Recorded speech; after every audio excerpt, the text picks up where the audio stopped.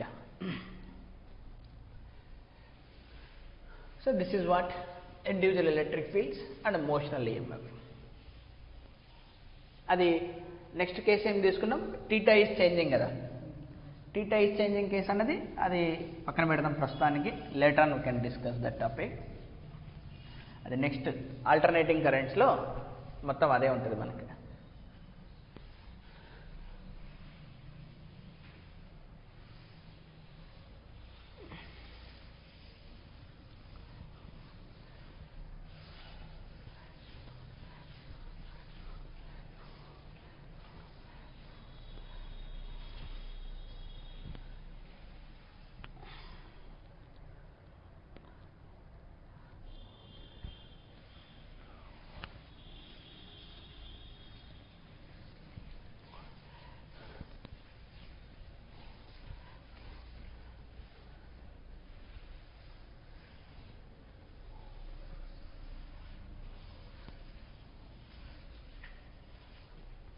Yeah.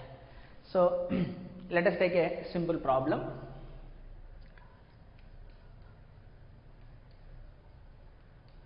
Let's say there is a magnetic field.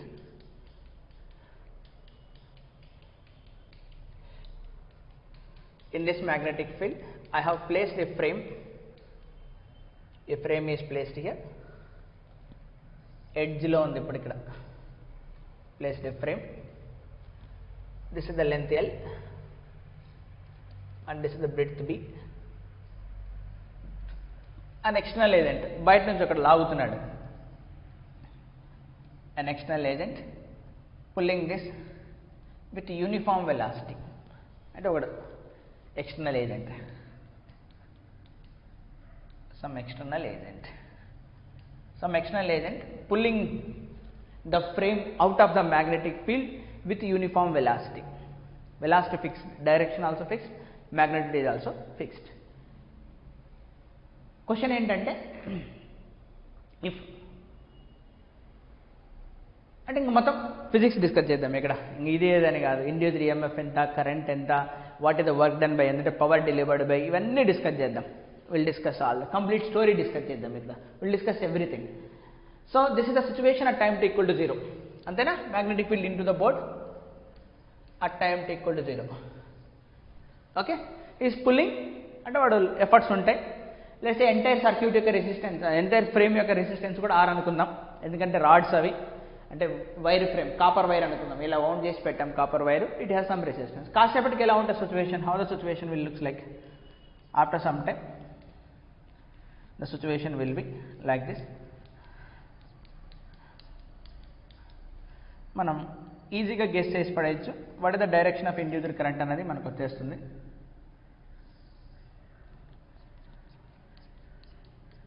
This is moving with uniform velocity you.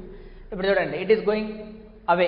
So magnetic field will be, ఇందులో produce అయినప్పుడు individual current will oppose the original magnetic field. అంటే same ఇలాగే ఉంటుందా magnetic field. So current will be in this direction only. So this is the individual current. So N అంటే induced అని అంటున్నాను, induced. ఇప్పుడు నువ్వు లాజికల్గా ఈ ప్రాబ్లమ్ని ఎలా చెప్పచ్చు అంటే, ఒక్కొక్క రాడ్ ఒక్కొక్క విధంగా మనం ట్రీట్ చేయొచ్చు. Let's say this is P, this is the Q, this is the S and this is the T. PQST. PQ is one rod, QS is another rod, ST is another rod, TP is another rod. Everything is moving in magnetic field. Rod 4 రాడ్ల treat చేయొచ్చు. So EMF across the ends of a rod will be is equal to మనకి ఏమొస్తుంది, L dot L cross U dot B. ఇదేనా మనకు formula వచ్చింది. This is the formula we got. Okay, ఇప్పుడు చూడు, PQ రాడ్కి, this is the rod PQ. For the rod PQ length ఎలా ఉందో వెలాసిటీ కూడా అలాగే ఉందా, సేమ్ డైరెక్షన్లో ఉంది.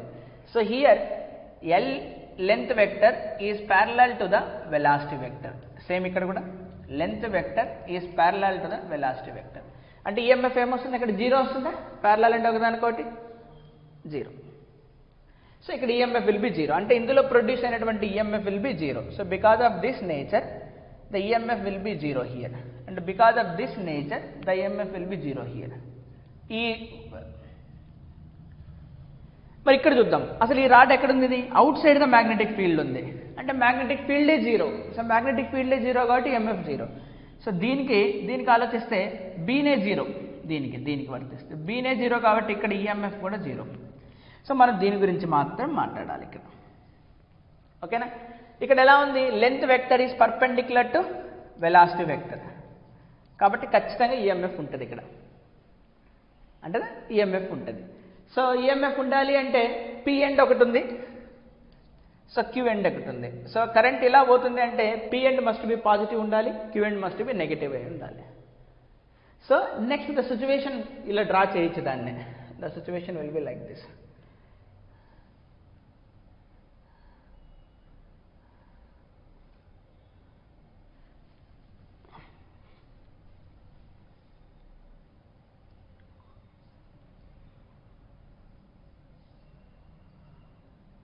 అంతేనా. Next situation, this is the EMF E and this is the total resistance of the circuit small R అనుకుందాం. Total resistance of the circuit will be EMF. ఈ రెండు ఒకదాని కూడా పర్పెండిక్యులర్గా ఉన్నాయి, ఈవెన్ మ్యాగ్నెటిక్ ఫీల్డ్ కూడా పర్పెండిక్యులర్గా ఉంటుంది. EMF will be equal to B into దాని length L into U. So then there is the induced current, అంతేనా. So this rod EMF zero, this rod EMF zero, this rod EMF zero, దీనికి మాత్రం ఉంది మళ్ళీ. అసలు induced current వచ్చేసింది. So induced current will be is equal to EMF divided by resistance are.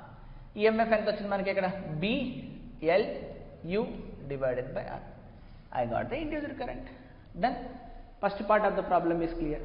So induced current గురించి మనం discuss చేసేసాం. So let us discuss next. Induced current అయిన తర్వాత దేని గురించి డిస్కస్ చేద్దాం మనం. What is the force acting on the frame. Induced current అయిపోయింది. So force acting on the frame discuss చేద్దాం. First part is over. Let's say force on the frame. Force on frame due to magnetic fields. Due to magnetic fields. Magnetic fields వల్ల force ఎలా ఉంటుంది. Force formula ఏంటి మనకు, IL cross B. So force F is equal to IL cross B, అంతేనా. ఇప్పుడు చూద్దాం ఫోర్స్లో. ఇప్పుడు ఇక్కడ మ్యాగ్నెటిక్ ఫీల్డ్ జీరో, అంతేనా.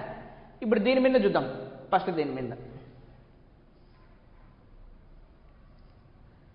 దీని మీద ఫోర్స్ జీరో.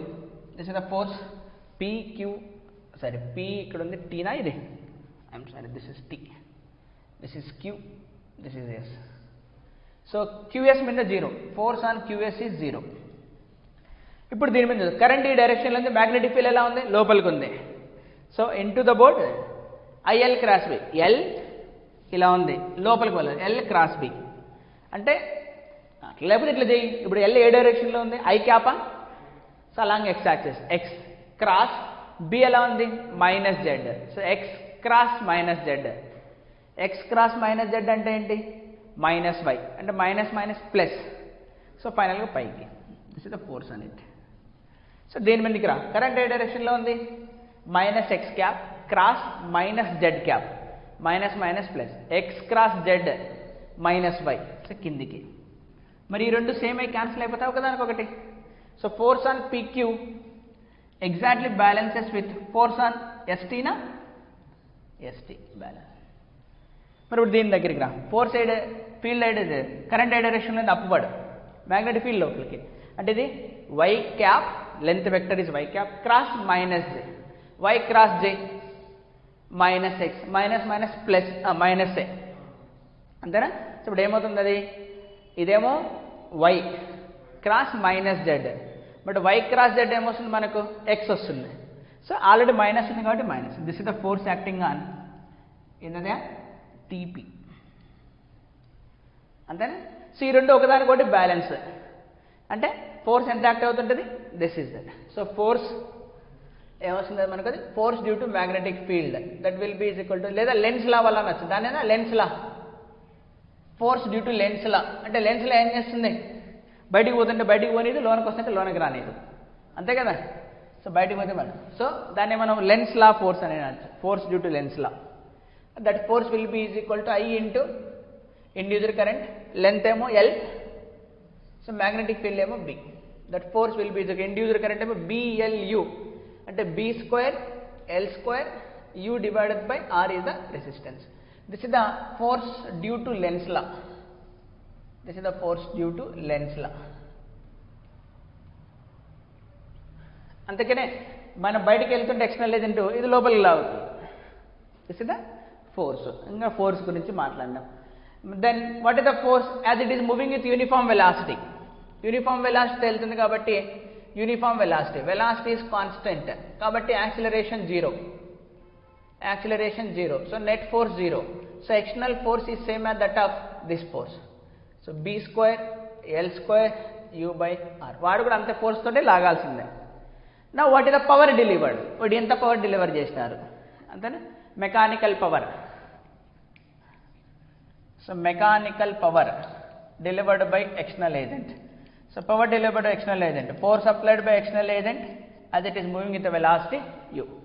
So దాంట్లో సబ్స్టిట్యూట్ చేస్తే నాకు B square L square U square by R అంటే this much amount of energy spending per second. ఇది 100 వచ్చింది అనుకో, 100 joules per second. అంటే లాగుతున్నాడు కదా, he's pulling out of the magnetic field. ఎందుకు లాగాల్సి వచ్చింది, అక్కడ లెన్స్లా ఎనికి లాగుతుంది, రానిది కదా. So fourth one, what is electrical power. Electrical power లేదా జూల్ హీట్ అంటే ఒకటే కదా, electrical power and joule heat. So that electrical power will be is equal to I square R. I square ఇక్కడ ఉంది, B square L square U square by R square. ఒక R ఇక్కడ ఉంది already, cancel అయిపోతుంది. So that is equal to B square L square U square. మరి రెండు సేమ్ ఎందుకు వచ్చినాయి. Electrical power is equal to external power. వాడు ఇప్పుడు లాగుతున్నాడు, he's pulling with uniform speed. Uniform స్పీడ్తో వెళ్తున్నాడంటే neither kinetic energy increase not decrease, kinetic energy remains constant. మరి ఇటు చేసిన వర్క్ అంతా ఎలా ఉండాలి. సో నేను కష్టపడి లాగుతున్నాను బా, లాగుతుంటే ఎలా ఉండాలి, కైనెటిక్ ఎనర్జీ పెరగాలి, కొద్దిగా సర్క్యూట్లో లాస్ అవ్వాలి. ఇప్పుడు నేను ఏంటి, అసలు కైనెటిక్ ఎనర్జీ పెరగట్లే అంటే నేను వర్క్ చేసిన మొత్తం ఎలా ఉండాలి, అక్కడ ఎలక్ట్రికల్ పవర్లో ఉండాలి, అంతేనా. So this is what actually, ఇంతకనే ఏం లేదు, what else we can discuss in this problem. So this is the always easiest technique to determine the induced current. ఇలా ఇండ్యూస్డ్ కరెంట్ ఆటోమేటిక్గా మనకు అర్థమైపోతుంది, ఇండ్యూస్డ్ కరెంట్ ఈ డైరెక్షన్లో ఉండాలి, కరెంట్ కావాలంటే EMF కావాలి. అంటే every rod is behaving like ఒక బ్యాటరీ. ఒక్కొక్క బ్యాటరీ ఇక్కడ EMF 0, ఇక్కడ 0, ఎందుకంటే length is parallel to velocity కాబట్టి. ఇక్కడ అసలు లేనే లేదు, మ్యాగ్నెటిక్ ఫీల్డ్ బయటకు వచ్చేస్తుంది, మరి ఇక్కడ మాత్రం ఉంది. సో కొందరు ఇంకో విధంగా కూడా చేస్తారు. So they can take it's something like this. ఎలా ఇప్పుడు ఏరియా ఎంత ఉంది, area is changing with respect to x, అట్లా కూడా చేయొచ్చు. Then also will get the same EMF, current same EMF వస్తుంది, సేమ్ కరెంట్ కూడా వస్తుంది. ఓకేనా. But this is the best way to solve this problem. అర్థమైందా.